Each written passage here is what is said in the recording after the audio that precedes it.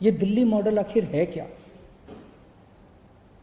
इसमें सबसे पहली चीज थी, जैसा मैंने बताया, इस दिल्ली मॉडल की बुनियाद है कलेक्टिविटी, टीम वर्क, सबको साथ लेके चलना।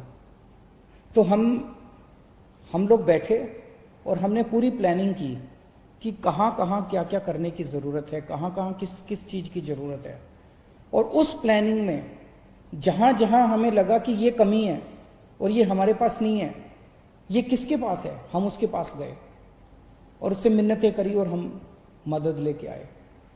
जैसे टेस्टिंग कम हो रही थी, हम टेस्टिंग बढ़ाना चाहते थे, लेकिन हमारी कैपेसिटी थी, दिल्ली के अंदर मैक्सिमम 10,000 टेस्ट हो सकते थे। हमने केंद्र सरकार से मदद मांगी, केंद्र सरकार ने हमारी मदद की। केंद्र सरकार ने हमें एंटीजन, सबसे पहले एंटीजन टेस्ट दिल्ली के अंदर शुरू किए गए। केंद्र सरकार ने शुरुआती टेस्टिंग किट्स हम लोगों को दी और हमने एकदम से 20,000 22,000 टेस्ट करने चालू कर दिए दिल्ली के अंदर। तो कलेक्टिविटी, टीम वर्क हमारा इस दिल्ली मॉडल का सबसे पहला सिद्धांत था।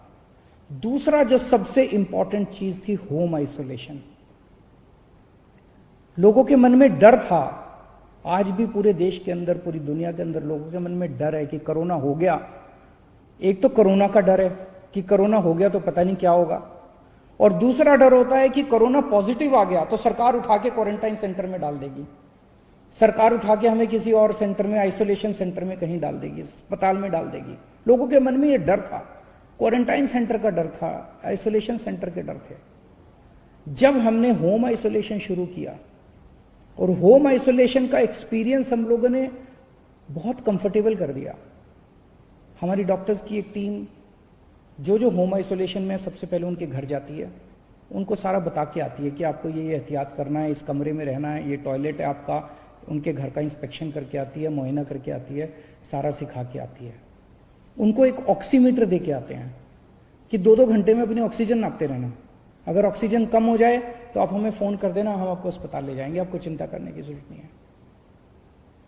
उनको जब तक उनका कोरोना ठीक नहीं हो जाता, अगले 10-12 दिन तक रोज उन लोगों को फ़ोन जाता है, डॉक्टर्स का फ़ोन जाता है और वो उनसे पूछते हैं क्या हाल है, ठीक हो, कोई दिक्कत तो नहीं है।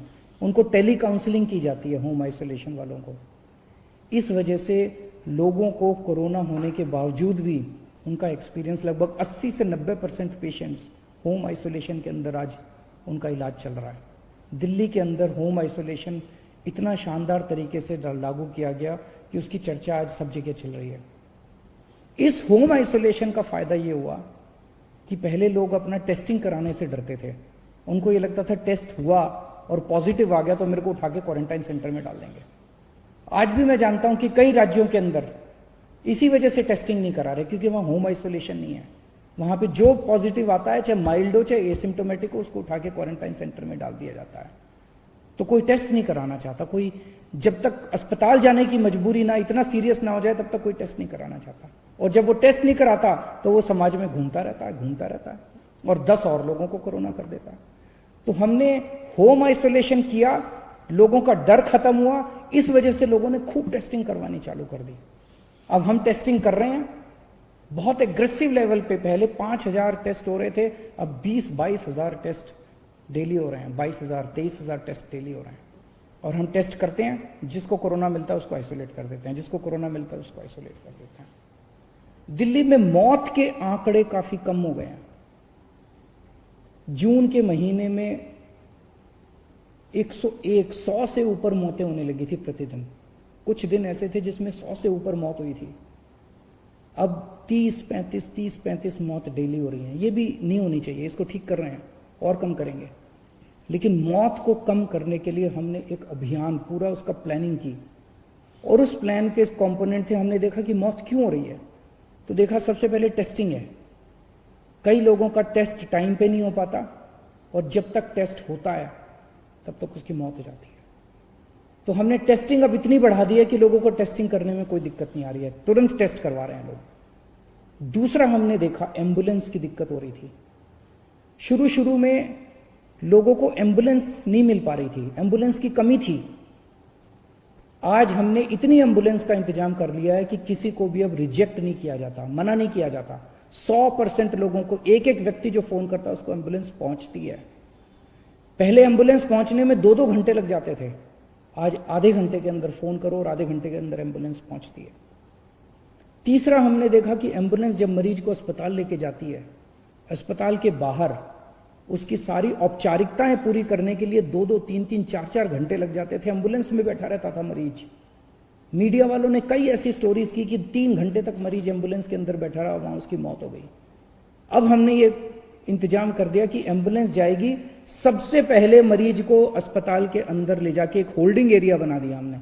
होल्डिंग एरिया में उसको ऑक्सीजन दो, उसके बाद उसके कागज भरो, कागजी कार्रवाई बाद में हो जाएगी। सबसे पहले अस्पताल के अंदर एम्बुलेंस पहुंचते उसको होल्डिंग एरिया में ले जाया जाता है। फिर हमने बेड्स के इंतजाम किए। जून के महीने में अस्पतालों में बेड्स की कमी हो गई थी। 1 जून को दिल्ली में 4100 बेड थे, आज दिल्ली में 15,500 बेड्स हैं। 4 गुना बेड्स का इंतजाम कर दिया 1 महीने के अंदर। 1 जून को दिल्ली में केवल मात्र 300 आईसीयू थे, आज दिल्ली में 2100 आईसीयू बेड्स हैं और 2100 में से केवल 1000 भरे हुए हैं, 1100 आईसीयू बेड्स खाली पड़े हुए हैं।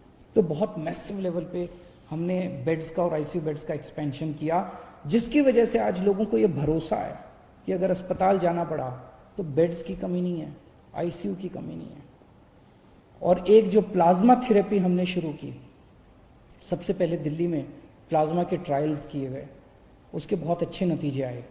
उसके बाद अब हमने प्लाज्मा बैंक शुरू किया है और जिसको प्लाज्मा चाहिए उसको वहाँ से प्लाज्मा मिलता है।